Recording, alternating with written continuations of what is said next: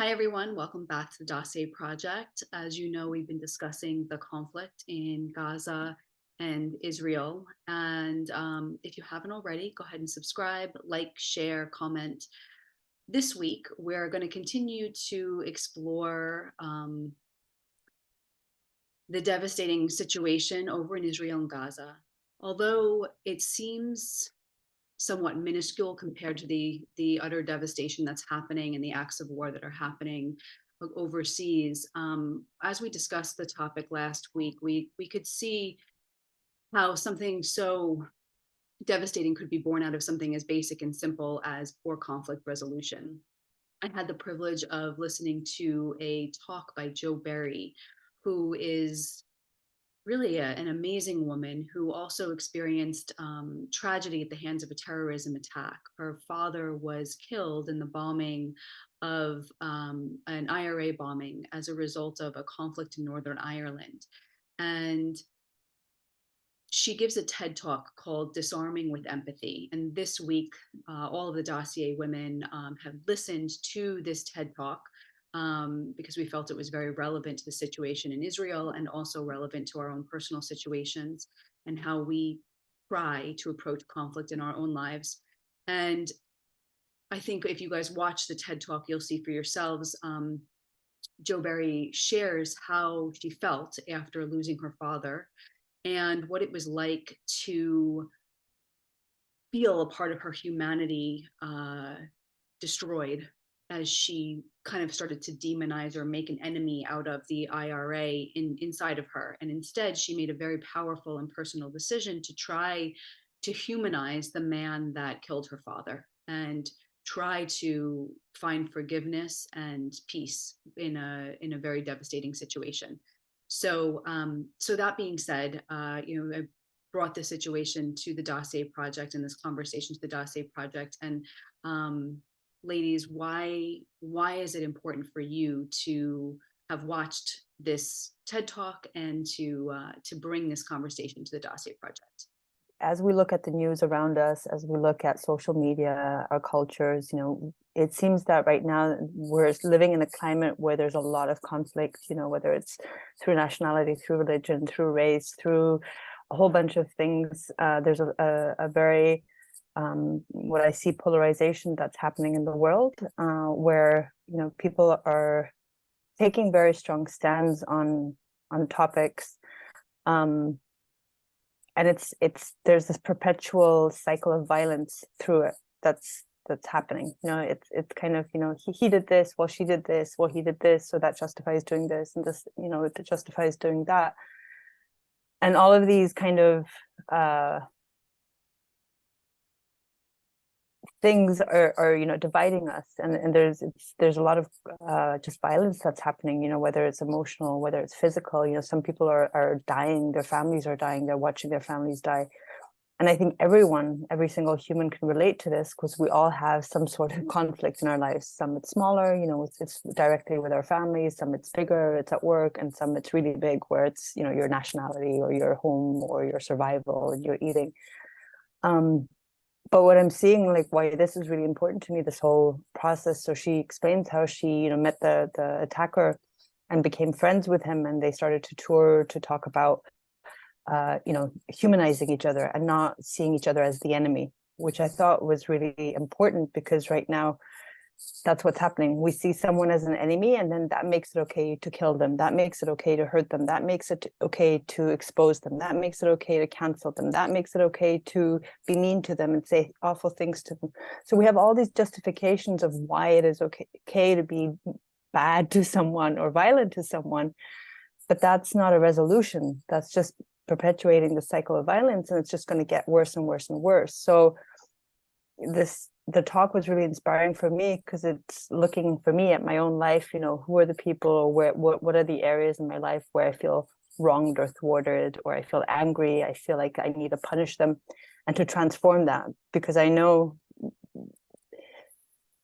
just wanting ill on them or being hateful to them is not, that's not okay for me, and so it's never justified to do that as well. I kept reflecting, like, why is this important? I mean, it's important to me, but why is it important to bring it here, for the Dossier project? And, we have been advocating for not being a victim for, since our inception. And, part of what DOS stood for was that, just taking full responsibility of our lives. That doesn't mean that we are, necessarily okay with what happened to us. Like, a lot of people, I think they mistake our concept of not being a victim with like ignoring some of the wrongs that were done. So just, to put it in context of like why I think it's important to bring it here. And in this case, I think it's also very important for me to mention, with watching Jo Barry, I mean, as inspirational as she is, both of them, right? Like the fact that she was able to overcome her hate, her anger, to just be willing to be friends with the person who killed her father, and for him as well, like that also takes, I cannot imagine the amount of strength that takes to actually recognize that mistake and face your, the survivor of the person you killed. I like that brings tears to my eyes as well. It's very powerful. So that's so inspirational, and at the same time, for me, it's so important to just not bypass the fact that this was a process for her. We're seeing the final result, if you want, like the effect of everything that she she shares in such a short video, right? It's a 10-minute video, but like, she was hurt, she was angry, she was, it was painful for her. It wasn't like right off the bat that she came and was like, let's, and I'm sure there's people like that, and it's so impressive to me. But I also think that it's so important to be okay with the hurt, not okay in the sense of like, this is okay that happened, but just like acknowledge it. And I say this for myself because sometimes I just want to skip that part and be like, okay, like, I don't want to be a victim, and I want to take full responsibility of my life, and I know that I can change this, but I can't really change anything if I don't sit down and like really acknowledge that it was painful. So for what we've been trying to discuss, I think in this particular thing with Jo Barry, is acknowledging that strength that for both of them, it took years to actually come to this place and just acknowledge all the pain. So, okay, yeah. So the TikTok, Sahaja, do you want to say? Because I think it's important.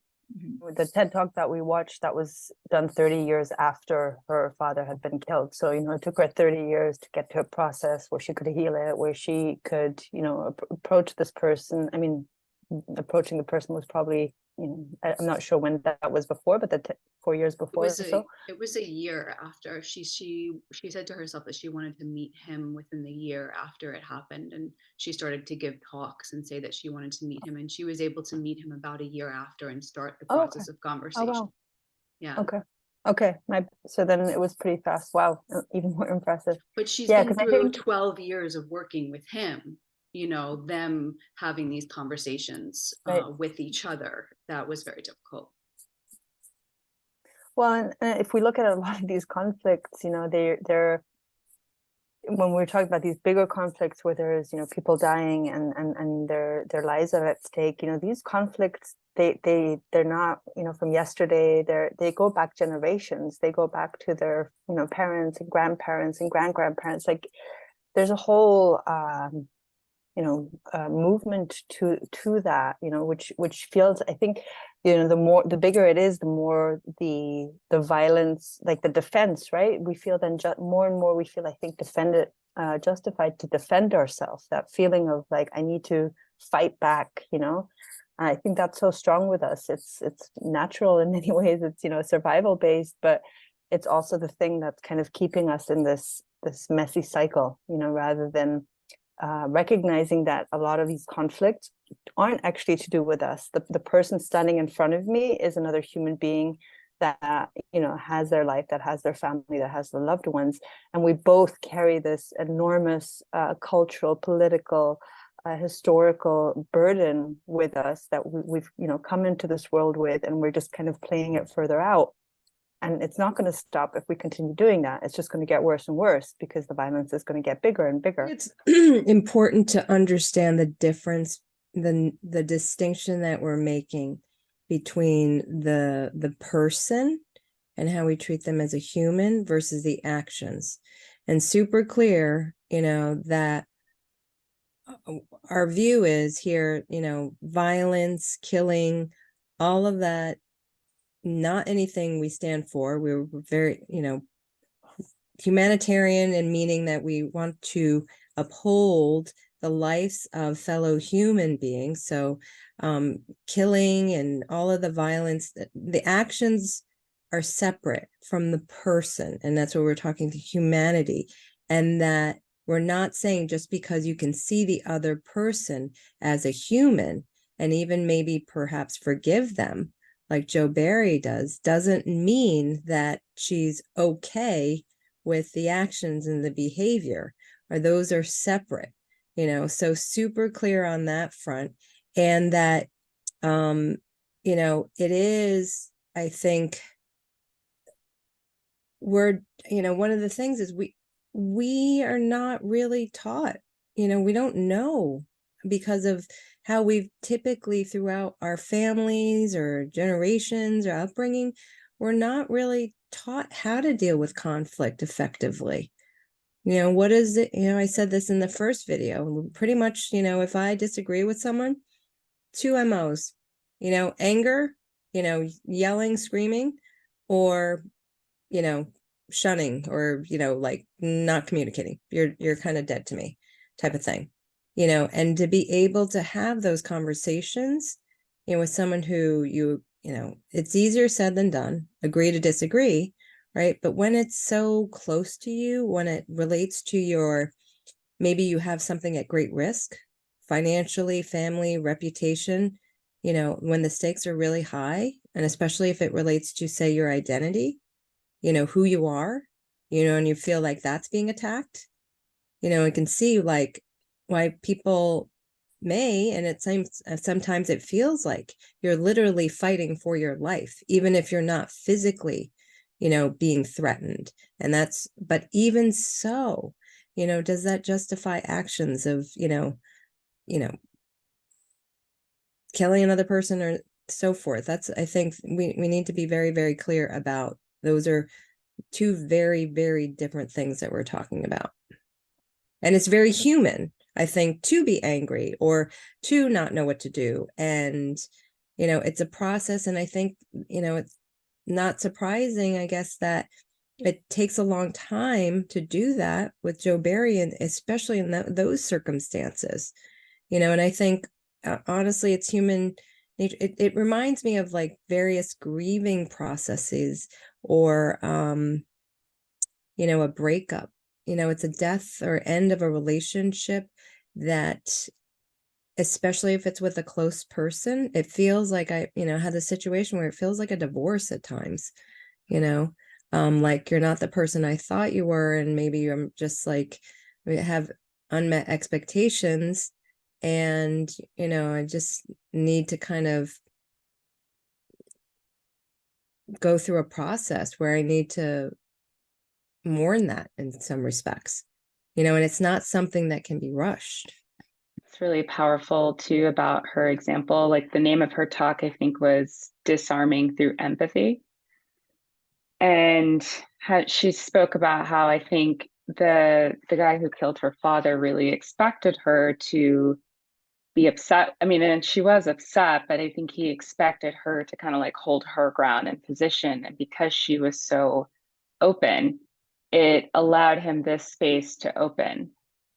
And I think that's what's so powerful. It's like when you experience someone who's gone through something so tragic like she did, and you hear how she didn't go into the situation fighting, but went into it like, I want to hear, it just opens the possibility of what's possible in some of the most extreme circumstances, and so when I look at people that I look up to the most in my life, like Martin Luther King or Jesus Christ, you know, these are people that really, I think, took that on in a way that's very possible. And it's an example to me, if I'm going to choose between, you know, fighting fire with fire or staying open and seeing, you know, is there more here? I'd rather do that, because I would prefer to be an example of what it's like to go through something difficult and not, you know, not have hate in my heart. And I think it's difficult, you know, I watch your video and I'm like, I'm not there, you know, like at all. But it's profound to me that she found a way there, you know. So it really helps me look at even in my own personal life, when I'm, you know, I feel like people have come against me, or there's certain people I feel like I don't know how to go there with them or how to even begin that process of forgiveness. I know it's possible, you know, and I'm very grateful for those examples, because I like you were saying, Linda, that's not something I was ever taught. You know, there's more, I think, in our culture that really encourage us to kind of be like, well, forget it, you know, or just ignore it, or to try to get back, you know. And those things never just sit right with me. So I think it's important for us to bring to the table, because I think as we're looking to deal with some of the things that have come against us, you know, we would like to, you know, be able to also be examples of that as well. And um, I think she's a really powerful example of that. Was that was one of the primary things that stuck out to me in the talk as well. Was, you know, he literally said, you know, he was kind of approaching it very politically, as she described, you know, sharing why he made the decisions he made from a political standpoint. And there came a point in the talk, she wasn't saying anything but listening, where he said, you know, I'm sorry, I just can't keep talking. I can't keep doing this. You know, I need to hear about your pain. I need to hear about your anger. But he had a recognition that, you know, he said, I've never met anyone like you with the amount of empathy and dignity that you have. And I thought that that was so powerful, that he, you know, she didn't ask him to ask about her. She didn't do any of those things. She stood and or sat in her listening to him, with her, you know, wanting to humanize him, wanting to know the human in front of her. And Michelle, to your point, you know, I'm not always there at all. There's times I feel more willing than others. But one of the things that she shared was that she felt the effects of making him her enemy before making the decision that she wanted to make it a positive thing, or she wanted to forgive or get to know him as a human. She felt the loss of part of her humanity, her free spirit, her joyful side to her humanity. She felt the loss of that, and she didn't want to hate someone. She didn't want to have an enemy and have that part of her. That was too much of a loss for her. And when she felt that, that's what motivated her to be ready to take these other steps. I don't think any of those steps were easy for her, but I relate to that, because there are times I feel cold, bitter, angry, dissociated, and disconnected, because I don't even want to feel the anger and the pain at times. And I find her so brilliantly brave, because the only thing that allowed her to have these conversations with this man is that she was emotionally honest. Like you said, Linda, it's not about excusing the behavior under the rug and just forgiving and forgetting. There's a whole bunch of a process and steps that have to happen in that. And a big part of what I got from listening to her was, every step of the way, if he did something to her that felt bad, she expressed that to him. And there had to be a acknowledgement of the behavior and the infringement for them to then resolve it, and vice versa. I mean, I try that on in my situation, and I'm like, holy shit, we can't even have a conversation because of lawyers and stuff like that. But what it would take for us to both really hear each other and validate each other's emotions and validate each other's viewpoints, and then work through each stage of that. I think this is a beautiful example of how it does make it possible. It's definitely not easy, but trying on the effects of what we lose if we don't do it, and carrying around the hate and the anger and the bitterness, I think is maybe a good, I mean, for me, a good motivator in trying harder. Of that bomb that was put in Paris a few years ago, and it was in a concert, and I can't remember the details now, but there was a testimonial that really struck me. It was from a husband who lost his wife in the bombing, and then when he was asked, what was he feeling, and it was really recent, and I remember him saying, I don't feel any hate, and I don't feel any hate because I know that that's what killed my wife. Hate killed my wife, so I'm committed to not just not feel that. And I'm hurt, I feel pain, but there wasn't an ounce of hate within him, and it was so powerful for me to hear that. It's true. Hate kills. It really makes it possible for us. For me, it's like, wow.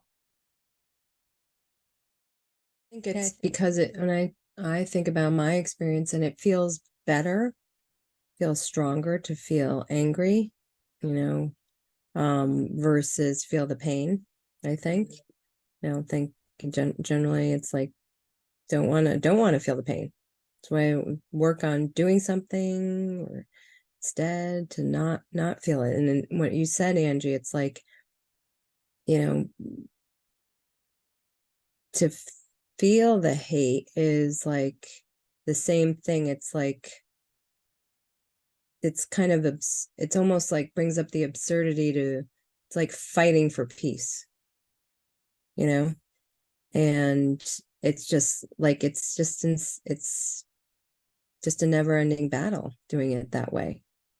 It was based also on like a good guy, bad guy, right? So there's always the right and the wrong. There's always the winner and the loser, and as long as we stay in that, we're also gonna always have to be fighting for that position, until we recognize like all of us, we all have a lot of struggles, emotional, psychological, physical, thought, like that we're all struggling in different ways on this planet. Like there's not one person on this planet. Well, I would bet if they are, please come forward. But like, I don't think there's one that, doesn't have a struggle in their life and that doesn't have conflict and all of those things. So it's very human. It's kind of, but I think we create and cause so much unnecessary conflict, where in the sense we let things get so far that they get violent and mean and aggressive and really destructive, and rather than having a conversation, rather than starting in our own environments, with our families. Like there are people in my surroundings that someone in my family that we are in a lot of conflict all the time, and it's how can I there be more empathetic and try them on and understand where they're coming from and what they're doing, while also holding them accountable. And if they're doing things that are destructive and not cool, also setting boundaries and saying, no, that's not okay, but I'm not going to do the same to you. It doesn't justify me. You screaming at me doesn't justify me screaming at you. I don't like to be screamed at. I don't like what it feels like. And I'm not going to talk to you on, until you stop screaming or whatever. So it's the micro and the macro, where I think by looking at it this way, this is the process, this is how we get into crazy situations where people are killing themselves, and the only way to get out of that is by starting, I think, in ourselves and in our surroundings. And as long as we don't, end that, it's always going to escalate, and you're always going to blame someone or something, or for your suffering and hardship. Well, thank you, ladies. I mean, there's a lot more conversation, obviously, that we can have on this, and I think we'll continue to do so. But these conversations are super helpful to me. To our viewers, if you guys are going through conflicts or situations. We'd love to hear from you and how you're handling it and what your choices are and what works for you. We'll continue the conversation. Again, if you haven't already, please subscribe, like, and continue to follow us for further conversations on this. Have a beautiful day. Thank you, ladies.